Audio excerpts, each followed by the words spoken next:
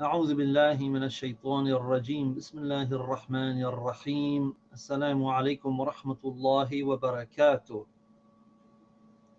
Our 24th lesson on learning how to read the Holy Quran is going to quickly cover some of the important points we must remember when we are finishing a sentence or when we are stopping on a word. Sometimes we're reading a sentence of the Quran, an ayah of the Quran, and we stop somewhere. Now, when we stop, there is a certain set of rules that we have to follow on that last letter or that last syllable that we are pronouncing, the last vowel that we are pronouncing, or the last letter. So we're going to look at a few of these rules. Of course, this will not cover everything, but it'll cover most of the situations that we'll encounter when we are stopping or finishing an ayah. So the first thing we have to remember, the first rule, is that when we stop on a letter, so here we have in blue, let us read this. This is Allahu Akbar. You see, our last letter here is a ra and it has a dhamma. So, as we have learned to read it so far, we pronounce the dhamma on this ra. We say Allahu Akbar. But if we are reading the Quran and we stop on this letter, then we read this letter as if it has a sakin, not a dhamma. The letter has a dhamma, but if we stop on it, we pronounce it as if it has a sakin. Now, if we read through it, continuing on to the next word, then we pronounce the dhamma on this ra. But if we're stopping here, we pronounce this ra as if it has a sakin. So if we're continuing through, we say Allahu Akbar and then whatever the next word is. But if we stop on it, we say Allahu Akbar. You see, we read the ra with a sakin when we stop on it. Let's go to the next example. So here we have this sentence in blue up on top, which is our example. So here let's read through it. أعوذ بالله من الشيطان الرجيم. Now see, our last letter here is a meme with a kasra. So if I stop on this meme, like I did just now, instead of reading it with a kasra, I should read it as if it has a sakin. Now the meme doesn't have a sakin, but the way that I read it when I stop on it is as if it has a sakin. So I should read it like this in green. أعوذ بالله من الشيطان الرجيم. I should read the meme with a sakin when I stop on it. So another example just to illustrate this point. Let's look at this phrase here that we're enclosing in here. So here we have أعوذ بالله. You see this ha in the word Allah, name of Allah, has a kasra here. We say, when we read through, we say أعوذ بالله من الشيطان الرجيم. But what if I'm reading just this portion right here? What if I stop on this ha in the name of Allah? Then I say أعوذ بالله. I pronounce the ha as if it has a sakin. أعوذ بالله. I don't say أعوذ بالله and then stop. That's incorrect. I should read this ha as if it has a sakin if I stop on it. But if I'm continuing through, then I say أعوذ بالله من الشيطان الرجيم. Let's look at our next example. Here we have the dhikr that we recite when we are performing ruku', the bowing in our prayers. We say Subhana Rabbiyal Azim wa bihamdihi. You see this ha has a kasra. But when I stop on it, I should pronounce it as if it has a sakin. I should say سبحان ربي العظيم وبحمده. I should pronounce that ha with a sakin. So the rule is that when we stop on a letter that has a short vowel, then we pronounce that short vowel like a sakin. Now what happens if we have tanween? Two fatha, two kasra, two dhamma. For the most part, it's the same rule. And we'll learn the exception later on in this lesson tonight. So here's an example of a name, a word that has tanween for the last letter. So let's read through it from the beginning. Allahumma salli ala Muhammadin wa ali Muhammadin.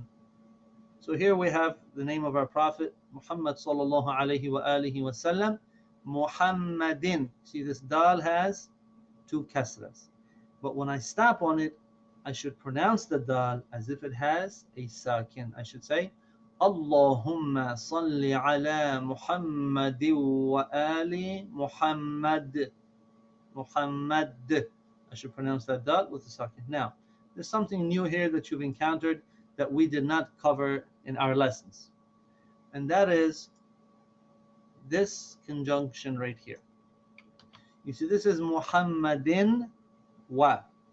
So in the Quran, please remember that when you have a letter that has tanween, two fatha, two kasra, two dhamma, in this case this dal has two kasras, tanween with two kasras, and it's followed by a letter that has a shad, then you will not pronounce the noon sound on that tanween, you still pronounce the vowel. Like this is two kasras here. So I don't pronounce this as din, I pronounce this as if it has one kasra, and I connect it with the next letter that has shad, which is the waw. So I say Muhammadiwa. So this rule applies to letters that have tanween, and it also applies to the noon that has a sakin. If the noon has a sakin and is followed by a letter that has a shad, then the noon becomes silent. So we'll learn that inshallah if we go advanced in our lessons on tajweed, then we'll cover that as well. So our next example. Here we have Astaghfirullah Rabbi wa atubu ilayhi. So here we have this word ilayhi. The ha is the last letter with a kasra, but how should I pronounce this ha? I should pronounce it as if it has a sakin. Instead of ilayhi, I should say ilayh. I should pronounce the ha with a sakin. On to our next example. Now here is a different situation. So far we covered letters that have a short vowel, letters that have tanween. Now there's a specific case with how to end a letter that has two fatha and the alif following it. This is a special case for the tanween. Now normally when we have this, we pronounce the tanween as we normally would pronounce tanween. So for example, let's read this verse of the Quran, this ayah.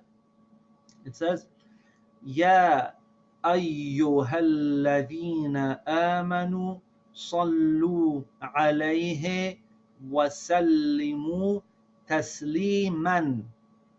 Now, it says tasliman, but when I stop here, I have to pronounce this tanween differently. What should I do?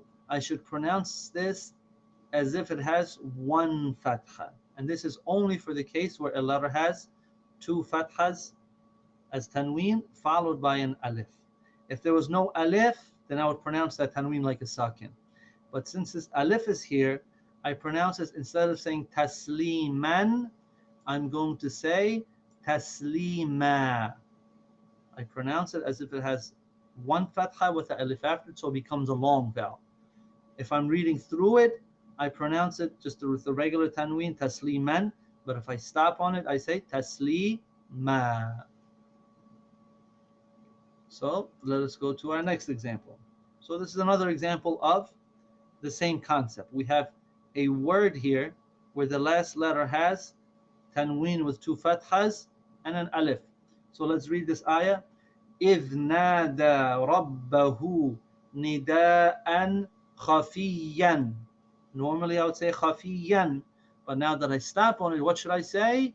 I should read it like this down here. I should say خفيا. If I'm reading through and I go to the next word or the next verse, I say خفيا. When I stop on it, I should say خفيا. So here we have وكان تقيا. So here you have تقيا. Instead of it, what should we say? تقيا, because we're stopping on it. So now we're going to learn something different, and this has to do with the hamza that has tanween with two fathas. This is a special case by itself. So when we stop on a hamza that has two fathas, if it has two kasras or if it has two dhammas and we stop on it, we pronounce it as if it has sakin, just like we learned before. But this is a special case. When a hamza has two fathas and we stop on it, we pronounce it as if it has one fatha and an alif. So we pronounce it as a. So let's look at an example. So here we have, and please forgive the annotations that we could not erase. We'll try to fix it after the session stops. Here we have الذي جعل لكم الأرض فراشا والسماء بناء. So our focus is on this last word here, بناء. So instead of saying بناء and instead of saying بناء, I shouldn't pronounce it with a sakin. It's a hamza with two fathas. What should I say? بناء. I pronounce the hamza as a when I stop on it. So let's go to our next example. And let's just do the last, we won't worry about the second sentence since the annotation is covering it. So let's read through it. إِنَّا أَنشَأْنَاهُنَّ إِنشَاءً. So now when I stop on this hamza that has two fathas, what should I say? إِنشَاءً. I shouldn't say an. I shouldn't pronounce it with the sakin. I should say insha'a. So now on to the last point for tonight, and that has to do with this letter here, which we quickly, very briefly covered in a previous session, but we didn't explain it in detail. So this is called ta marbuta. So what this letter does is that when we encounter it, we pronounce it like the letter ta. Meaning if we're reading through it, we pronounce it like the letter ta. But if we stop on this letter, then we pronounce it like a ha that has a sakin. So here's our example. We have these two words here from one of the verses of the Holy Quran. Asharatun kamilatun. You see, this is ta marbuta here, and this is ta marbuta at the end here. You see, the first word I say, asharatun, but I'm ending on this last one here, so I should read it as kamilah. When I stop on it, I should pronounce it as if it's a ha that has a sakin. So let's read it again. This is how we should pronounce this. Asharatun kamilah. Asharatun kamilah. Normally we pronounce this ta marbuta like the letter ta, but when we stop on it, we pronounce it like a ha that has a sakin. And that's the end of our lesson for tonight.